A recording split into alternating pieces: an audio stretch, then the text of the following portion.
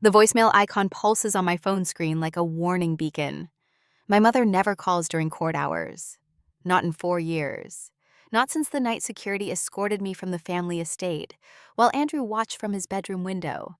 I press play, my black judicial robe rustling against the mahogany desk. Beverly Whitmore's voice fills my chambers brittle as old paper. Claire, sweetheart, please come to Andrew's rehearsal tomorrow night. Just come. Don't tell your father or brother I called. My hand trembles as I reach for Grandfather William's pocket watch, its familiar weight anchoring me to reality. The brass case catches afternoon light from my window, throwing shadows across the fresh stack of media clippings on my desk. Youngest federal judge appointed in district history. Rising star Claire Whitmore's path to the bench. The contrast slices through me. Outside these chambers, my name commands respect. Inside the Whitmore family, I might as well be dead. 1 week ago, the wedding invitation arrived. Heavy cream cardstock edged in gold, addressed with perfect calligraphy to the Honorable Claire E. Whitmore. No personal note, no acknowledgement of our shared blood. Just cold formality, as if I were any other professional acquaintance. But your brother doesn't exist. My assistant, Margaret, had frowned, sorting through the morning mail. In 3 years, you've never mentioned, because he pretends I don't exist. I'd laughed then, the sound sharp enough to make Margaret wise. The invitation had fallen from my fingers, revealing a smaller envelope tucked inside. My mother's hurried handwriting. Please come. He's your only brother. The memory of my last day in medical school rises unbidden. I stand again in the anatomy lab, staring at the cadaver before me. The formaldehyde stench fills my nose, but it's not what turns my stomach. It's the weight of generations of Whitmore doctors pressing down on my shoulders, suffocating me with expectations. I can't do this anymore. I whisper to the empty chamber, now echoing my words from that day. I want to save people with justice, not scalpels. My father's response had shattered the crystal wine glasses on our dining room table. No Whitmore has ever abandoned medicine. You'll destroy everything we've built. Then I guess I'm not a Whitmore anymore. The words had fallen from my lips before I could stop them. Richard Whitmore's face had purpled with rage. You have until morning to change your mind. Stay in medical school, or leave his family forever. I closed my eyes against the memory of Andrew's face that night, his last words to me dripping with contempt. You're no longer my sister. My mother had stood in the doorway, tears streaming down her face, silent as always in the face of my father's fury. I'd hoped foolishly, perhaps, that she would finally stand up to him. Instead, she turned away as I packed my bags. The next morning, my credit cards died mid-transaction at a coffee shop. By afternoon, security had cleared out my apartment and the family wing of the estate. That night, I checked into the Parkview Motel $75 a week, the springs of the mattress digging into my back as I stared at the water-stained ceiling. Now, I stand in my chambers, my fingers tracing the edge of my judicial robe. The heavy black fabric represents everything I sacrificed my family name to achieve, everything they tried to deny me. My phone buzzes again. Another voicemail from my mother, her voice smaller this time, pleading. I lift Grandfather William's watch, remembering his last words to me before he died. A Whitmore's true legacy isn't in their name, but in their courage. The decision crystallizes sharp and clear as justice itself. I'll attend Andrew's rehearsal dinner not as the prodigal daughter seeking forgiveness, but as federal judge Claire Elizabeth Whitmore. They'll see exactly who they disowned. I tuck the watch into my pocket. Its steady ticking a reminder of time's relentless march forward. The question isn't whether I'll face the family that betrayed me. The question is whether they're prepared to face what I've become. The laptop screen casts a blue glow across my chambers as I type Lauren Hayes, prosecutor, into the search bar 5 minutes later. My finger hovers over the enter key. Knowledge is power, but some truths cut deeper than others. Articles flood my screen. Rising star prosecutor takes down corruption ring. Hayes secures historic settlement in environmental case. The headline that stops my breath. Lauren Hayes credits anonymous federal judge as inspiration. My hands shake as I click the link. A video loads Lauren in a red blazer speaking at a law school graduation. There's this incredible female judge.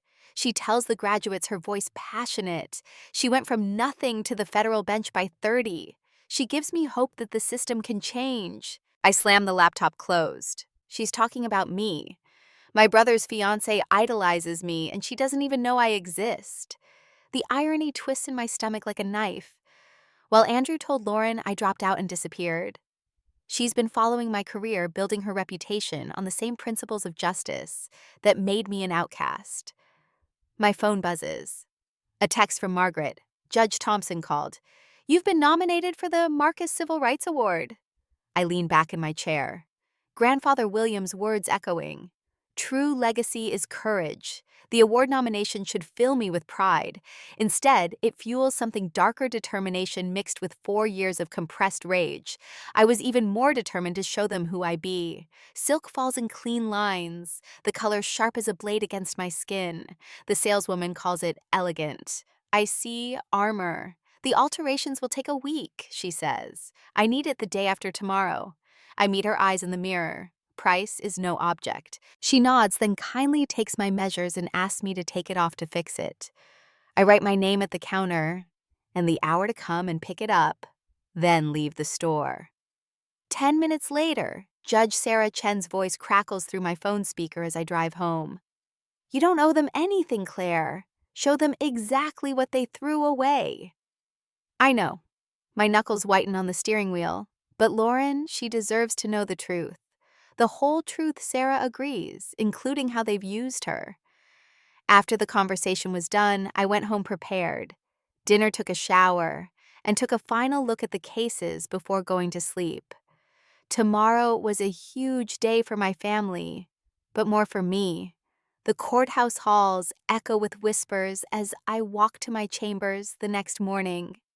My law clerk, David, intercepts me with a stack of briefs and an odd expression. "Your Honor, did you know you're trending that civil rights nomination? The whole legal community is talking." Fascinating timing. I scan the briefs, mind racing. "David, what else have you heard about the Hayes family?" He shifts uncomfortably. "Lauren's father chairs the state medical board. The same board considering your father's appointment next month." The pieces click into place. A perfect family image to seal Richard Whitmore's ascension. My brother's wedding as the crowning jewel. My phone lights up with a text from my former professor. "Whatever battle you're facing, your Columbia family stands ready." I trace my finger across Grandfather Williams' watch, face the glass cool against my skin. The second hand ticks steadily, marking time until the confrontation I've spent 4 years preparing for. During the lunch break that day, the cafe across from the courthouse fills with afternoon shadows. I sit alone, surrounded by case files, shield of work against the memories threatening to surface. A familiar voice cuts through the quiet. "The wedding is our chance," Andrew tells someone. "Once Dad's on the board, we'll have the influence too." I sink lower in my chair, but his words carry. Lauren's is family connections. Dad's appointment. Everything depends on presenting the right image. My coffee turns bitter on my tongue. They're still weaving lies, still chasing power at any cost. The answer to their perfect facade sits in my chambers. 4 years of truth, documented and preserved. I pull out my phone thumb, hovering over my mother's number. The text forms itself. "I'll be there tomorrow night, but not as the daughter you remember." The response comes instantly. "Please, Claire, don't hurt your brother." I stare at those words until they blur. She still doesn't understand. The truth itself will do all the hurting necessary. David appears in my doorway holding a file. "Your Honor, there's something you see." Inside, a draft press release about the Whitmore family prepared for after the wedding. My name appears, once buried in the final paragraph. Claire Whitmore continues her meta-search abroad. The lie lands like a physical blow. While I built a life from nothing, they built a story to erase me to protect their precious legacy. My phone fills with messages of support. Judge Thompson need backup at this rehearsal. My old professor, you were always meant for greater things than they planned. The courthouse staff not knowing details but sensing the storm. We've got your back, your honor. The watch sits silent on my desk. Its stillness a reminder. Time doesn't heal all wounds. Sometimes it just gives them space to become weapons. I pack my briefcase slowly, deliberately. Inside the dress box, the documented lies, everything I need to shatter their carefully constructed facade. Tomorrow, they'll learn what it truly means to face justice. Later that day, the setting sun paints my chambers in shades of fire. I stand at the window, sapphire dress laid across my chair like a battle flag. 4 years ago, they forced me to choose between their legacy and my truth. Tomorrow, Lauren Hayes will face the same choice. Let them see what their rejection built. Let them watch their perfect image crack and shatter. Let justice be served. The following day, the River Valley Country Club looms before me, windows blazing against the twilight sky. My sapphire dress whispers against my legs as I stride through the brass-trimmed doors, chin high. The familiar scent of lemon polish and old money fills my lungs. Conversations falter as I enter the grand ballroom. My heels click against marble, each step measured and precise. Father stands near the champagne fountain, lifting a crystal flute to his lips. The glass freezes halfway. His eyes widen recognition, crackling across his face like lightning. Andrew's back is to me, but I see the moment he notices the ripple of whispers. His shoulders tense beneath his tuxedo jacket. He turns, fighting to maintain his plastic smile as guests murmur about the striking stranger in their midst. Mother appears from behind a flower arrangement, her face crumpling. She takes one step toward me before Father's hand closes around her wrist. She retreats into herself, a skill perfected over 30 years of marriage. Lauren stands near the gift table in her cream cocktail dress, her prosecutor's confidence evident in her straight spine and steady gaze. My heart pounds as I approach her. This moment will define everything. Your Honor. Lauren's face lights with genuine warmth. I can't believe you came. A champagne glass shatters somewhere behind me. The room goes silent, the crack of crystal against marble echoing off the coffered ceiling. I meet Andrew's eyes as the color drains from his face. His worlds are colliding and he can't stop the crash. I wouldn't miss my only brother's rehearsal. My voice carries in the silence, steady as a judge's gavel. Lauren's smile falters. She glances between Andrew and me, confusion dawning in her eyes. Wait. Her hand flies to her mouth. You're the sister Andrew said opted out and disappeared. Lauren, please. Andrew steps forward, hands raised. It's complicated. Is that what he told you? I keep my tone measured, the same one I use when addressing lying witnesses. That I couldn't handle medicine.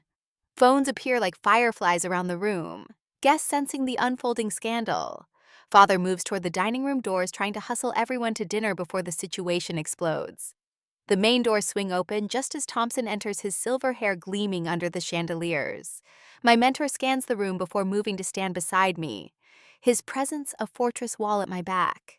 3 fellow judges from the district court happen to be dining at their usual Thursday table, their attention fixed on our corner of the ballroom. My law clerk Jenny sits with them, her fingers flying over her phone as she tweets anonymously about the unfolding drama. Local reporter Mitch Conway slips through the crowd, press badge glinting. The balance of power shifts like a tide from one lone woman to an army of professional respect. Tell me the truth, Lauren's voice cuts through the murmurs. She faces Andrew, engagement ring glinting. Right now, all of it. I stand straight, channeling every ounce of judicial presence. I left medical school to pursue law. Father gave me an ultimatum: stay in medicine or leave the family. I chose justice over tradition. She abandoned her duty. Father starts, but his voice cracks as his phone buzzes. He glances down, face tightening, as medical board contacts react to the spreading rumors. Judge Whitmore. Andrew's best man steps forward, recognition lighting his face. I just read about your ruling in the Thompson case. Brilliant analysis of Fourth Amendment precedent. The soft clink of metal on marble draws every eye. Lauren's engagement ring rolls across the floor, coming to rest at Andrew's feet. I turn to Mother, who hovers at the edge of the group. You chose silence over your daughter. They made me choose. The words burst from her like water through a breaking dam. But I followed everything, every case, every article. Your investiture photo is hidden in my dresser drawer. Andrew lunges forward. Lauren, wait. But she's already walking away head high. Prosecutor's confidence unshaken. I stand in the center of the storm I've created. The rooms respect a tangible force. Ears of silence shatter like that champagne glass. Truth spilling across imported marble. A sharp gasp cuts through the tension. Father clutches his chest, staggering against a pillar. His face contorts. Whether from genuine distress or calculated manipulation, I can't yet tell. But I'm no longer the one who has to make that call. I am Judge Claire Elizabeth Whitmore, and I've already rendered my verdict on this family's crimes. The only question is whether they're prepared to face their sentences. The thud of my father's body hitting marble echoes through the River Valley Country Club. For a split second, no one moves. Then training kicks in both kinds. The doctor I almost was and the judge I became merge as I assess the situation. Clear the area. My voice carries the authority of the bench. Guests shuffle back, creating a circle around Richard Whitmore's crumpled form. Andrew stands frozen, his medical degree worthless in the face of family crisis. His hands tremble as he stares at our father's pale face. 4 years of pretending I don't exist, and now he can't even remember his Hippocratic oath. I drop to my knees beside my father, pressing fingers against his carotid. The pulse flutters irregular but present. His skin feels clammy, but his breathing sounds clear. No signs of performance. Then this cardiac event appears genuine. Someone call 911, I command, then glance at the hovering waitstaff. Bring the club's AED now. Lawrence springs into action, phone already at her ear. She was just about to leave when my father collapsed, so she rashly came in again. My almost sister-in-law, the prosecutor, who never knew I existed, handles emergency dispatch with courtroom precision. At least Andrew chose one competent family member. The AED arrives as sirens wail in the distance. I cut through my father's custom shirt with the scissors from the kit, exposing his chest. The irony slices deeper than any scalp health daughter he owned might save his life. Stand back, I warn. Placing the pads the machine analyzes, but no shock advised. I begin compressions, counting silently. Andrew still hasn't moved. Some doctor, you are his best man, mutters and whispers ripple through the crowd. Paramedics burst in, and I brief them with clinical detachment. Richard Whitmore, 65, possible MI, lost consciousness approximately 4 minutes ago. No prior cardiac history I'm aware of. I step back, letting them work. My mother clutches my arm. Claire, thank God you were here. I don't shrug her off, but I don't lean in either. Someone should ride with him. I'll go. Andrew finally speaks, color returning to his face. No, Dr. Roberts, chief of surgery at Mercy General, steps forward. I'll accompany Richard. You're clearly in no state, Andrew. More whispers. The Golden Boy's reputation tarnishes by the second.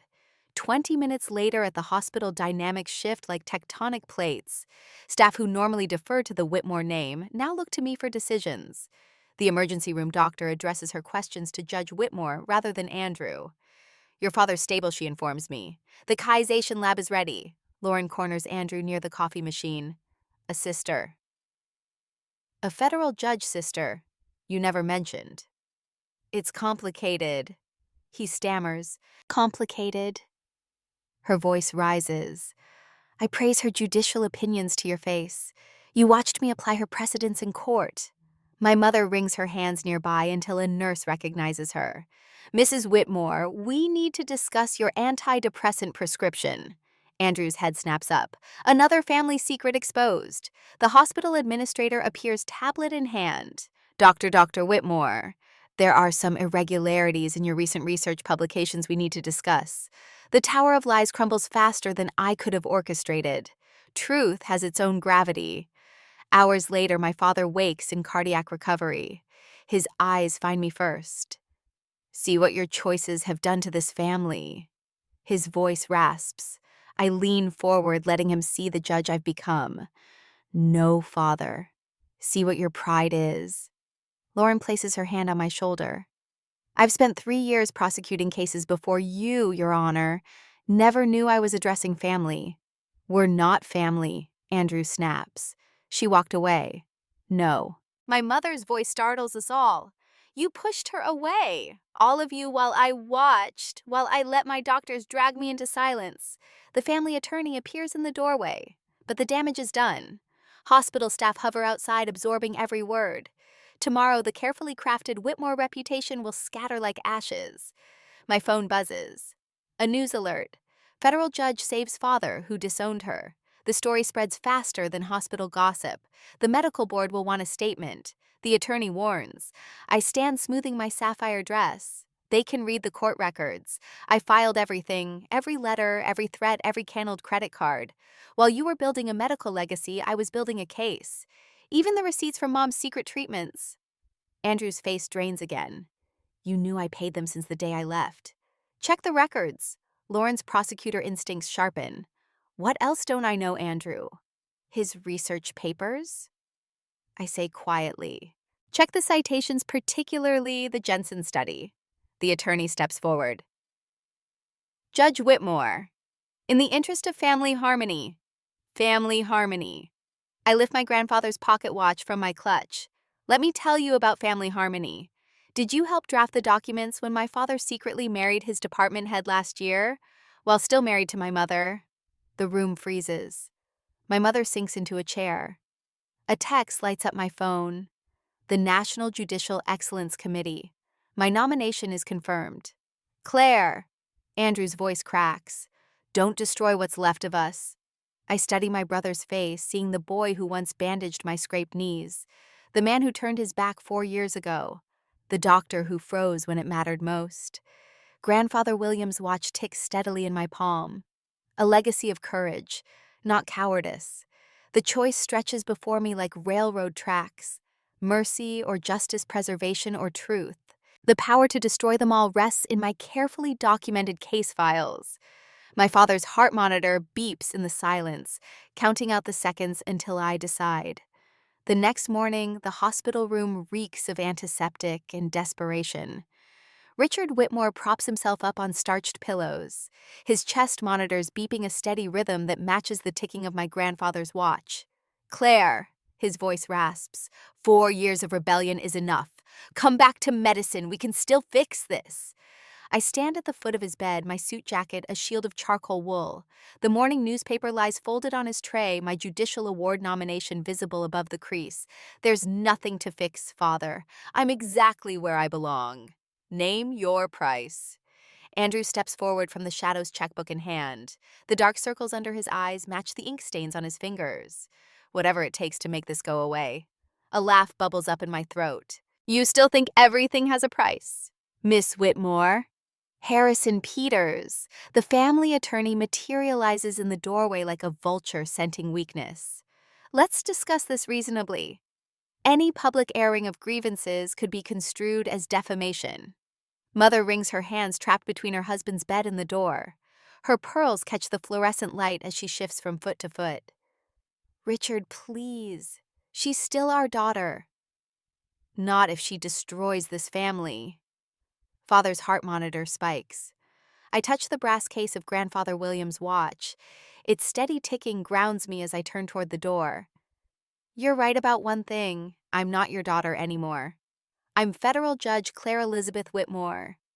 The same day after I left the hospital, the press conference room buzzes with anticipation. Cameras click as I approach the podium.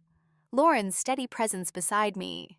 My mentor, Justice Thompson, stands to my left, his weathered face radiating pride.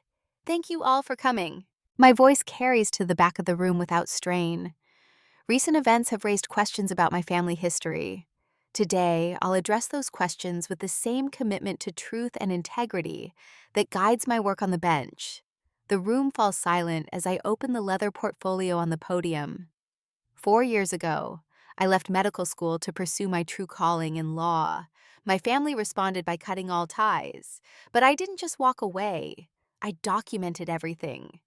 One by one, I lay out the evidence. Voicemails threatening to destroy my career.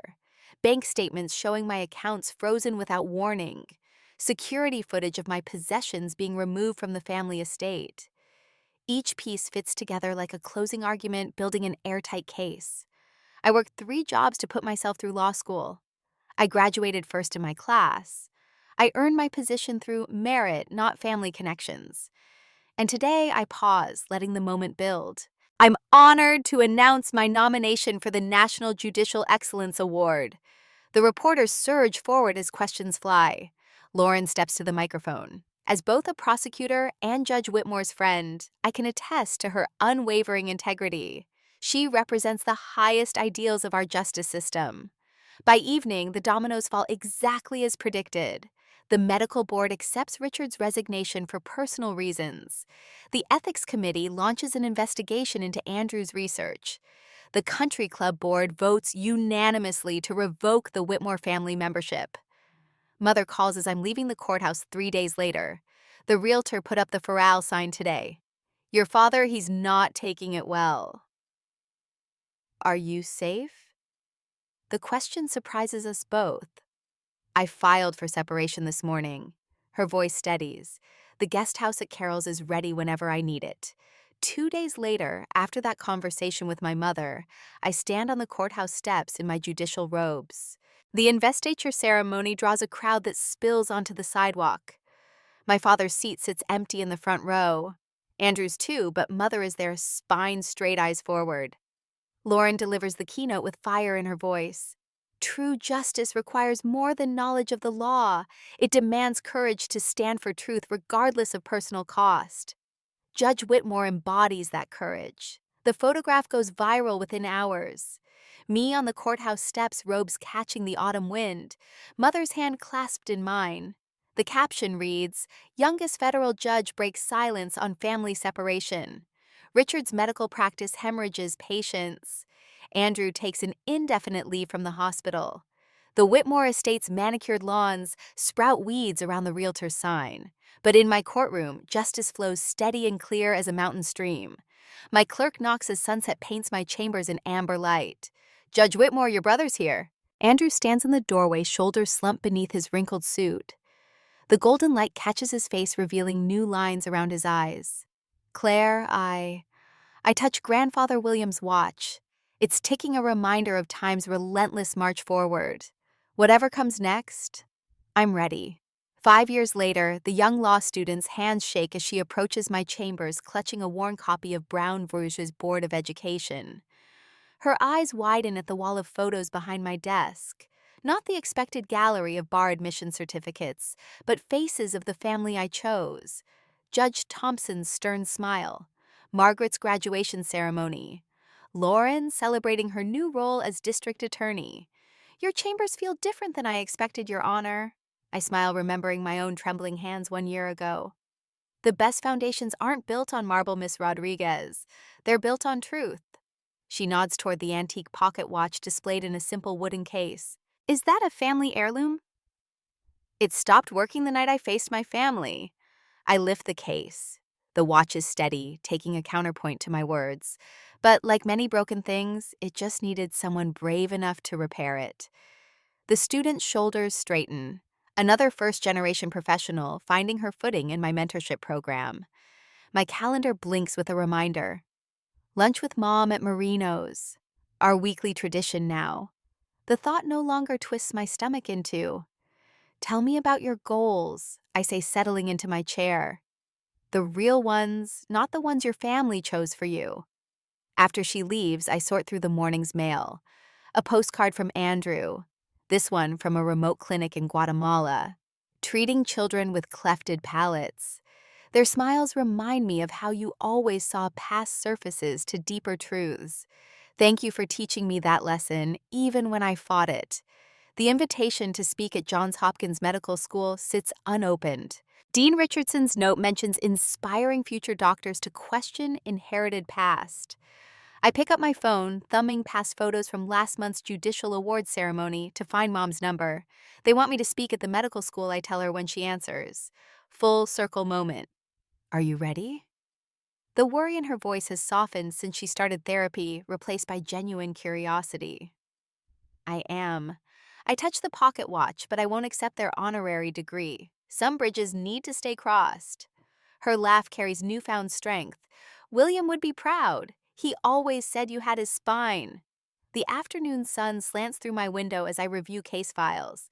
My support group for professionals from toxic families meets tonight. We've grown from 3 members to 30. Each story unique, but connected by the same thread. Choosing authenticity over inheritance. A text from Lauren lights up my phone. Just ran into Richard at the grocery store. He looks small somehow. Time and truth are better revenge than anything we could have planned. I start to reply, but another message appears. Andrew, the children here have nothing, but they share everything. Makes me question every value Father drilled into us. Can we talk? Really talk this time? My finger hovers over the keyboard. 5 years of silence, then 6 months of careful words building a new language between us. I type coffee when you're back. Small steps on solid ground. The courthouse empties as evening approaches. I change from my robes into a simple black dress for the National Judicial Conference keynote. My speech notes rest in Grandfather William's leather portfolio edges, worn smooth by decades of use. The title page reads, Choosing Authenticity, A Judge's Journey from Inheritance to Truth. The publishing contract arrived yesterday. Not a tell-all revenge story, but a roadmap for others walking away from gilded cages. My agent says pre-orders are strong. I gather my things, including the folder about the William Whitmore Scholarship. Next fall, it will fund 5 law students who chose justice over family expectations. The Foundation's board meeting approved converting the old family estate into its headquarters a legal aid clinic, where the Whitmore name will finally serve truth instead of appearances. Judge Marshall catches me at the elevator. His eyes crinkle behind his glasses. Ready for dinner? I promised your mother I'd have you home by 9 horror. Always the proper suitor. I squeeze his hand engagement ring catching the light. But first I need to make a stop.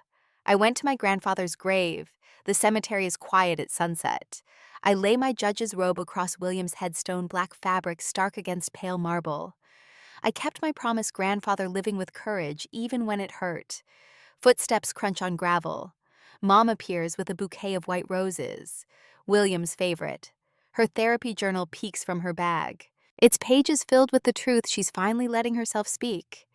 He knew you'd find your way, she says, placing the flowers. Even when the rest of us were lost in the dark, I checked the pocket watch. Come on! I helped Mom up her hands strong in mine. Judge Marshall's cooking dinner. He finally perfected grandfather's meatloaf recipe. She laughs, the sound carrying across sacred ground. William would love that too. He always said, good food and honest hearts make the best medicine. I touch the watch one last time before tucking it away. Its steady ticking counts not just seconds, but heartbeats of courage. Time moves forward. And so do